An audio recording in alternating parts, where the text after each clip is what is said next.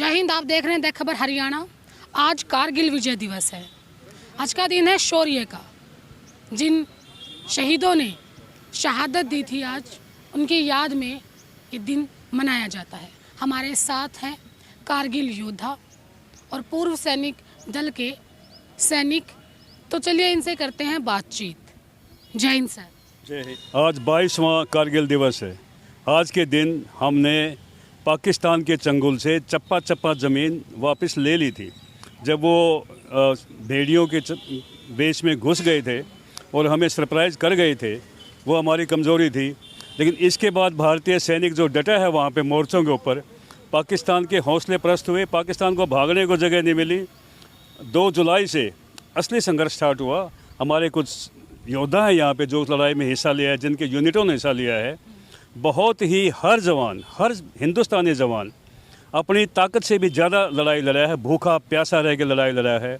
और 26 जुलाई को हमने पाकिस्तान को खदेड़ कर वापस पूरी ज़मीन ले ली। 4 जुलाई को अमेरिका का स्वतंत्रता दिवस होता है, जैसे हमारा 15 अगस्त है। नवाज़ शरीफ जी वहाँ गए थे वाशिंगटन। बिल क्लिंटन था वहाँ पे उनका राष्ट्रपति। उनसे आधा घंटा बिल क्लिंटन ने नवाज़ शरीफ से बात करी कि तुमको ये ज़मीन खाली करनी पड़ेगी हिंदुस्तान की, क्योंकि मैंने वाजपेयी जी से बात की है और वाजपेयी जी और उनकी फ़ौज बिल्कुल पीछे हटने को तैयार नहीं, आपके ऊपर हमला जारी रखेंगी। नवाज़ शरीफ के शब्द थे, मैं मेरा पूरा परिवार लेके आपकी शरण में आया हूँ। परवेज़ मुशर्रफ मेरी बात नहीं सुन रहा है। परवेज़ मुशर्रफ उनका सेनापति था कि मुझे खुद को खतरा है, मैं क्या ज़मीन खाली करूँ, मैं क्या हुक्म दूँ फ़ौज को, मेरी बात नहीं सुनेगा। और नवाज़ शरीफ अपना पूरा परिवार वाशिंगटन छोड़ के अकेला इस्लामाबाद आया और हुआ भी यही। कारगिल के बाद परवेज़ मुशर्रफ ने पाकिस्तान हुकूमत पे कब्ज़ा करा और नवाज़ शरीफ को कैद किया। अगर नवाज़ शरीफ का परिवार उस दिन वहाँ होता इस्लामाबाद में, तो वो पूरा परिवार भी कैद होता। तो ये जो युद्ध की बातें हैं, योद्धाओं की बातें हैं, कारगिल की लड़ाई, हिंदुस्तान का सैनिक यहाँ पे दर्ज है। हमारे 2 सैनिक कारगिल में शहीद हुए थे। 53 टोटल हमारे शहीद हो चुके हैं जींद जिले के। और ये सबकी गाथाएं, सबके चित्र, सबके चित्रण यहाँ पे मौजूद हैं। धन्यवाद। शुक्रिया। जय हिंद सर। जय हिंद। क्या आप भी उस वॉर में शामिल थे? नहीं, मैं 65 वॉर में शामिल था। 65 की जो लड़ाई थी, पहली लड़ाई पाकिस्तान के साथ, उसमें मैं था। और जहाँ पर सीज फायर हुई थी, वहाँ से सियालकोट सिर्फ 4 मील था। ये 2 दिन और लड़ाई रहती तो सियालकोट हमारे कब्जे में होता। और मैं लीडिंग में था, जहाँ मतलब ये है सीज फायर डिक्लेयर हुआ था। नाला था, नाले के ऊपर जो है पत्थर लगा हुआ था। सियालकोट 4 मील। जय हिंद सर। जय हिंद श्रीता। आप उस वॉर में शामिल थे? कारगिल युद्ध में मैं शामिल था फिजिकल रूप से। और 17,008 का हूँ मैं, सुबेदार मेजर जयपाल रिटायर्ड। आज एक तो देखो तो खुशी का भी दिन है क्योंकि हमने जीत दर्ज की थी, और दुख का भी है क्योंकि हमारे एक ऑफिसर, एक देसी और 34 जवान हम वहीं छोड़ आए थे, मतलब शहीद हो गए थे वो। तो ये दोनों बातें हैं, खुशी भी है और दुख भी है। तो इसमें युद्ध में तकरीबन 50 दिन तक ये युद्ध चला था जो हमने लड़ा था। और शुरू में क्या है, हमारी इंटेलिजेंस की कमी लगा लो या हमारी कमी लगा लो, उसमें ये नहीं पता था कि भाई यहाँ पर रेगुलर आर्मी है। तो हम टेररिस्ट समझ करके चल रहे थे। जो पहला अटैक किया था वो भी टेररिस्ट समझ के ही किया था, लेकिन हमारे को वहाँ पर कुछ मिला नहीं था। खाली ये बिस्कुट के कागज़ और ये रैपर वगैरह मिले थे, टीन जिसमें वो राशन वगैरह आता था उनका। और वहाँ से वो जो श्रीनगर से ले नेशनल हाईवे नंबर 1A है, उसको वो डोमिनेट करते थे फायर से भी और ऑब्जर्वेशन से भी। तो वो कब्ज़े में करने के बाद जो पहली पहाड़ी जो कब्ज़े में की थी, उस समय तक दुनिया की किसी भी बटालियन ने इतनी ऊंचाई पर हमला करके कब्ज़ा नहीं किया था जो हमने किया था। उसके बाद में एक अटैक और हुआ अगले दिन, उसमें हमारा एक जेसी और 5 जवान शहीद हो गए थे। फिर 1 महीने तक हम रेकी करते रहे, पेट्रोलिंग भेजते रहे, मतलब कंफर्म हो गया था कि यहाँ पर रेगुलर आर्मी है। और वो 12 नॉर्दर्न लाइट इन्फेंट्री थी। साहब, हमने मतलब तकरीबन कितने जवानों को खोया था इस वॉर में? हमारी यूनिट के तो बताया मैंने, एक ऑफिसर, एक जेसी और 34 जवानों को, और 4 ऑफिसर, 10 जेसी और 113 जवान घायल हुए थे हमारे।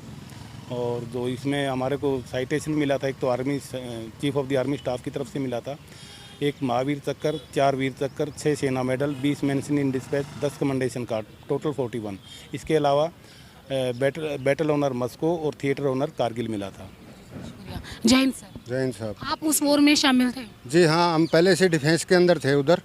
और पहले से ही मतलब उस ब्रिगेड में कारगिल वाला 121 ब्रिगेड है, उसका हिस्सा थे हम। और तकरीबन 5-6 मई को मैं छुट्टी काट के गया था यहाँ से। उसके बाद में थोड़े दिन बाद में पता चला कि मतलब हमारे जो पोस्ट खाली करवाए जाते थे मतलब बर्फ़ पड़ने के दौरान में, उसके ऊपर उग्रवादी आकर के बैठ गए हैं। तो उसमें हमारे सौरभ कालिया और 5 जवान पेट्रोलिंग में गए थे, लेकिन उनको पेट्रोलिंग के तौर पे भेजा गया था। उनको ये नहीं पता चला कि आगे मतलब कोई कब्जा करे बैठे है, तो वो गलती से वहाँ पहुँच गए दूर और वहाँ उनको कैप्चर कर लिया। कैप्टन भारद्वाज और सूबेदार गोपाल और हवलदार राजवीर, इनमें से 2 मतलब कैप्टन भारद्वाज और अपने राजवीर हवलदार ये भी शहीद हो गए थे। इनकी डेड बॉडी भी लड़ाई ख़त्म होने के बाद में 17-18 जुलाई को उठाई गई है। बाकी तो साहब ज़्यादा थे ये इस अटैक में। जय हिंद सर। जय हिंद जी। मैं कैप्टन सज्जन कुमार बुरा, और हमारे साथियों ने जैसे बताया, सबसे पहले तो मैं पूरे देशवासियों को आज नमन करता हूं, और जितने हमारे शहीद हुए हैं साथी उनको मैं सत नमन करता हूं। और उनका हम कोई भी फ़र्ज़ तो अदा नहीं कर सकते हैं, कोई कर्ज़ नहीं चुका सकते हैं, लेकिन उनका सहायता करके उसके परिवार की कुछ थोड़ी बहुत मदद कर सकते हैं। ये हमारे पूरे भारतवासियों का होना चाहिए। तो यही चीज़ कहना चाहूँगा, बाकी जो पूछना चाहें आपकी इच्छा है। सर, इस ओर में जो शहीद हुए थे, हाँ जी, उन शहीद परिवारों से समय समय पे आप मिलते रहते हैं? हमारी हमने ऑर्गेनाइजेशन बनाई हुई है, जितने भी शहीद परिवार हैं अपने यहाँ डिस्ट्रिक्ट में हैं और ऑल ओवर इंडिया पे जो मैंने कैप पहने हुई इंडियन वेटरन ऑर्गेनाइजेशन, हम शहीदों के घर जाते हैं, पूछते हैं, दीप जलाते हैं और शहीद को नमन करते हैं। और यहाँ जैसे कारगिल डे है और दिसंबर में जो अपना शहीदी दिवस वो मनाया जाता है, उसको भी हम नमन करते हैं यहाँ आकर के।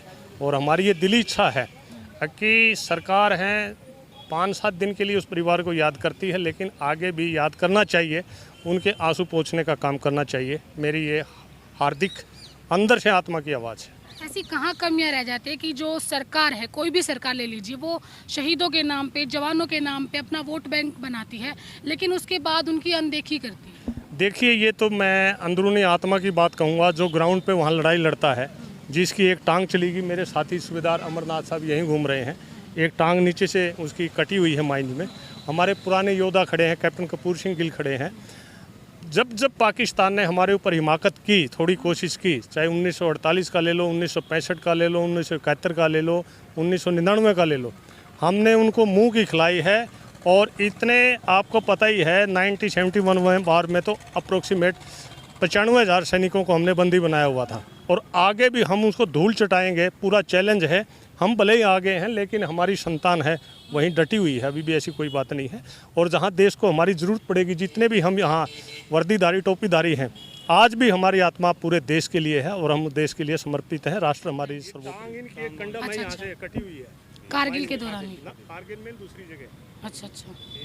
ये बताइए, खाली आगे से मेरा ये है नहीं मतलब ये इतना ये लगा ये दिखा दो, कोई बात नहीं। ठीक है। ये हमारे सूबेदार अमरनाथ साहब हैं, जो देखिए इनकी टांग है माइन के अंदर, ये ब्लास्ट में ये गई हुई है। किसी की टांग नहीं है, किसी का हाथ नहीं है, किसी की गर्दन चली गई है। लेकिन मैं यही चीज़ कहना चाहूँगा कि ऐसे आदमियों को तो हम जितना भी सम्मान दें उतना ही कम है, जितना भी सम्मान दें उतना ही सम्मान कम है। जय हिंद सर। मैं सूबेदार अमरनाथ इंडियन वेटरन ऑर्गेनाइजेशन का डिस्ट्रिक्ट कोऑर्डिनेटर हूँ। तो मैं हमारे सूबेदार जयपाल साहब जो कि कारगिल हीरो रहे हैं, मेरी बटालियन भी वहाँ पर लड़ाई में शामिल था और मैं उसका घातक प्लाटून का मैं हिस्सा था, घातक प्लाटून हवलदार होता था। वहाँ पर भी जो हमारे टास्क मिला हमने पूरा वहाँ पर बेखूबी निभाया। तकरीबन 5-6 महीने के बाद में बल्कि हमारी घर वालों से बात हुआ था। उसके बाद में फिर दोबारा फिर हमारे को वहाँ पर पाकिस्तान बॉर्डर पर नौगांव सेक्टर में फिर मौका मिल गया हमारे को, जिस समय भाई सर्जिकल स्ट्राइक हुआ था। सर्जिकल स्ट्राइक के लिए हम रास्ता बना रहे थे। रास्ता बना करके जब सर्जिकल स्ट्राइक हुआ था, हम वापस आ रहे थे, उस समय फिर मेरा माइंड से पाँव उड़ गया था। उसके बाद में फिर 2 साल नौकरी किया, फिर हम अपने घर पर आ गए। हौसले कम नहीं हुए, एक पैर खोने के बाद भी हौसले कम नहीं हुए। ऐसे है हमारी माँ भारती के वीर योद्धाओं की कहानी। मेरे को हमारी 17 जाट, 4 जाट और 18 जाट हम पूरे कारगिल वार में शामिल थे। पहले बल्कि हम इंसर्जेंसी के इलाके में डिप्लॉयड थे, मेरी बटालियन 18 जाट डोडा डिस्ट्रिक्ट में। अचानक हमारे को पता चला कि हमारी 4 जाट की कैजुअलिटी हुई थी। पहली इंडियन आर्मी में 4 जाट की हमारी कैजुअलिटी हुई थी, लेफ्टिनेंट सौरभ सिंह कालिया और 5 जवान।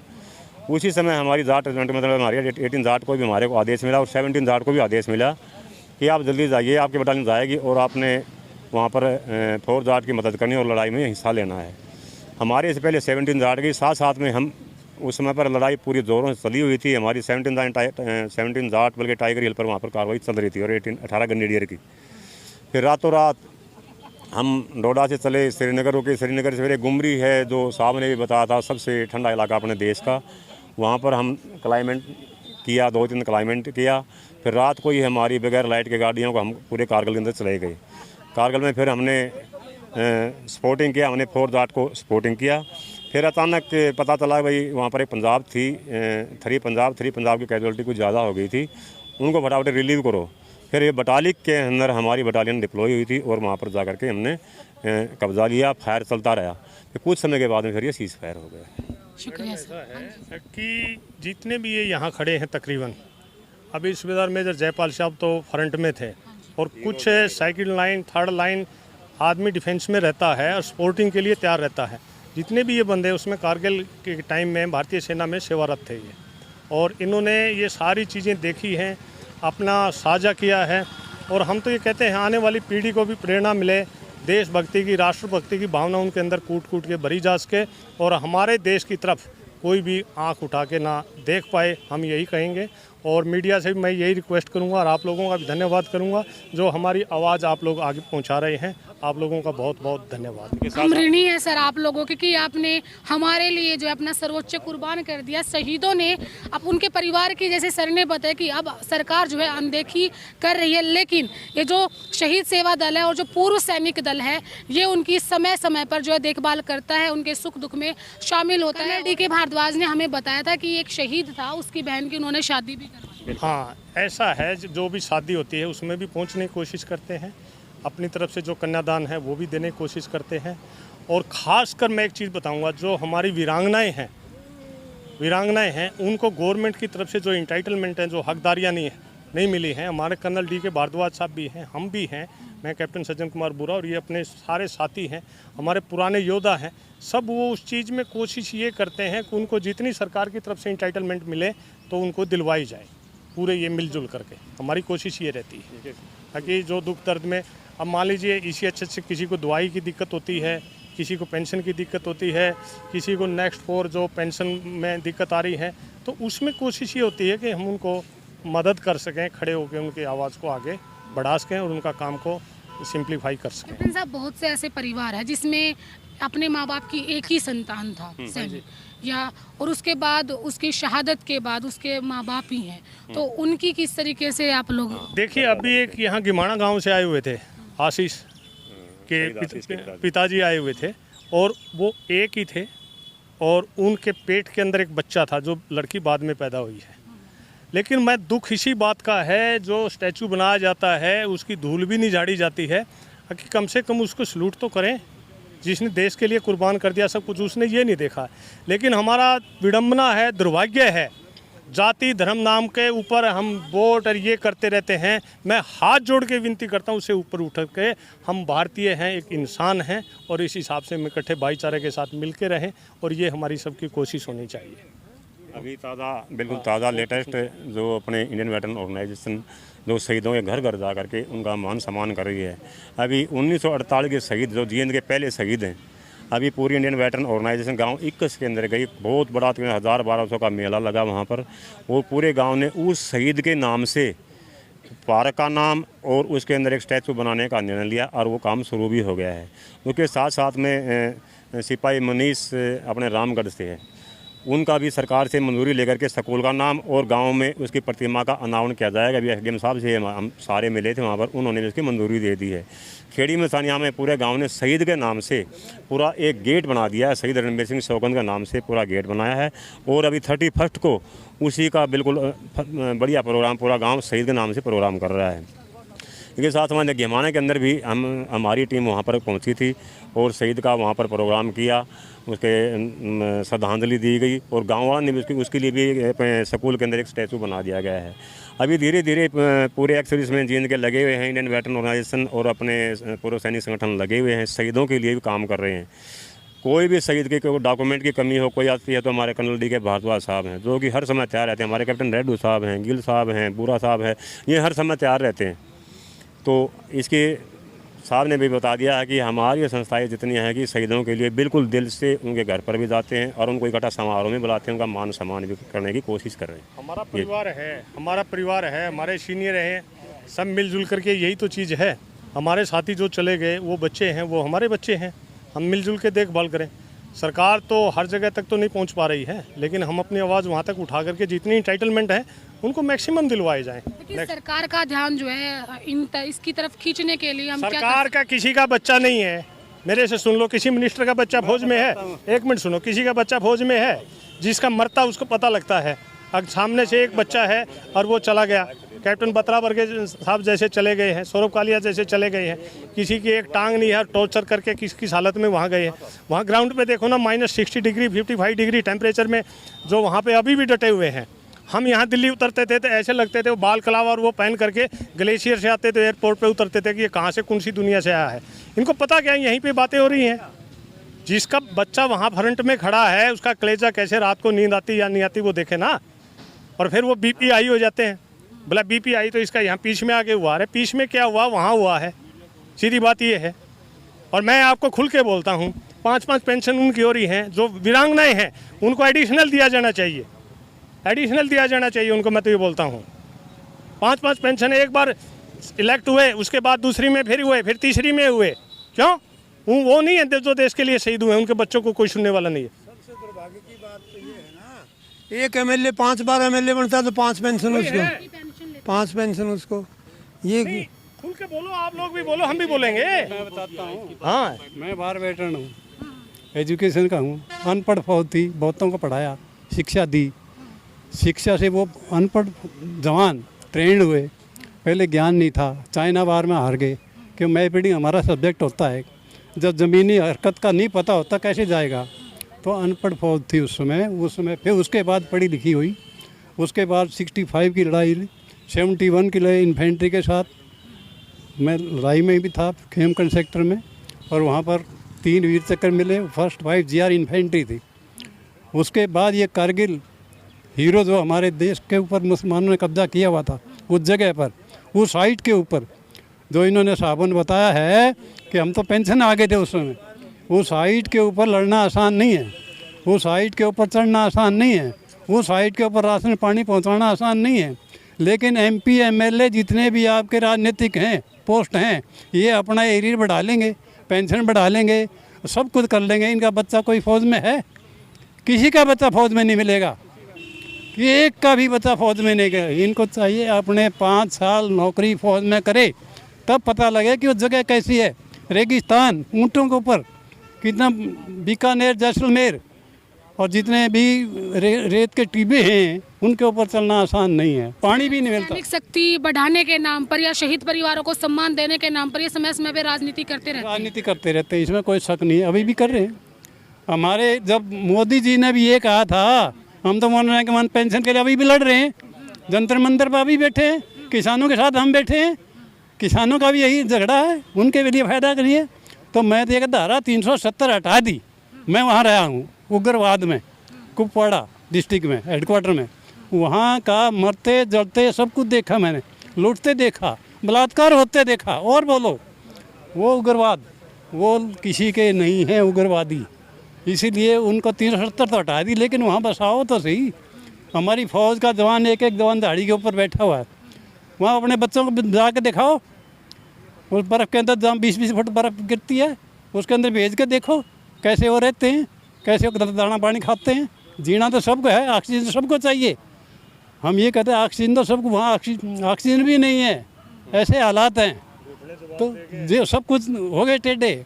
6 साल रहा मैं उस इलाके में, एजुकेशन का होता है भी इन्फेंट्री यूनिटों के साथ तो रहना पड़ेगा, इंस्ट्रक्टर थे हम, कहीं तो रण है। महबूबा मुफ्ती, उसका ये कहना है कि जो कश्मीर के लोग हैं ये उनके अधिकारों का हनन किया है। मैं कहता 370 वो हटा दी, हटाने के बाद उसने क्या किया है।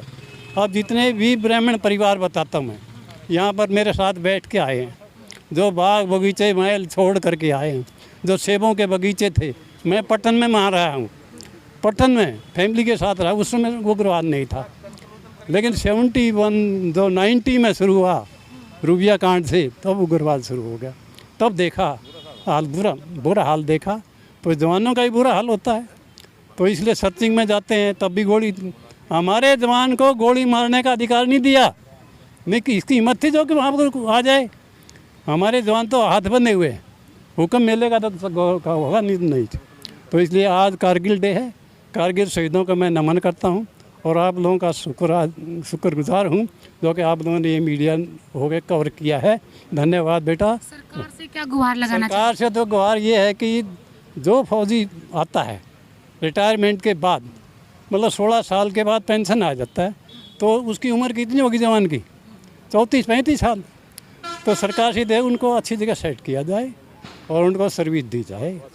ठीक, सो नाइस। धन्यवाद आपका, इतना समय दिया, और साहब का बहुत अच्छा है। आप हमारे साथ लगे रहो। हम तो बॉर्डर की जितनी भी खबरें हैं बशर्ते सिक्योरिटी पॉइंट ऑफ व्यू से हम आउट नहीं होने देंगे, लेकिन जो सच्चाई है आपके सामने लाते रहेंगे। और हमारे जो योद्धा हैं जो लड़ाई में भी रहे हैं सारे हमारे साथ हैं, और हम सब अभी भी इतना स्टेमिना है, सरकार चाहे तो हम volunteer without pay and allowances भी जाने को तैयार हैं। हम कोई दिक्कत नहीं है, कोई दिक्कत नहीं है। अब वो 60 होने के बाद भी कोई दिक्कत नहीं है। ग्लेशियर से लेके श्रीलंका तक, अगरतला से लेके फलोदी तक पूरा इंडिया 3 बार चक्कर काटा हुआ है, कोई दिक्कत नहीं है। एक टिप टिप पे हमारे तो सारा ठीक है। एक बात पूछी थी आपने कि जो एक ही बोतर शहीद हो जाता है उसका परिवार क्या करता है।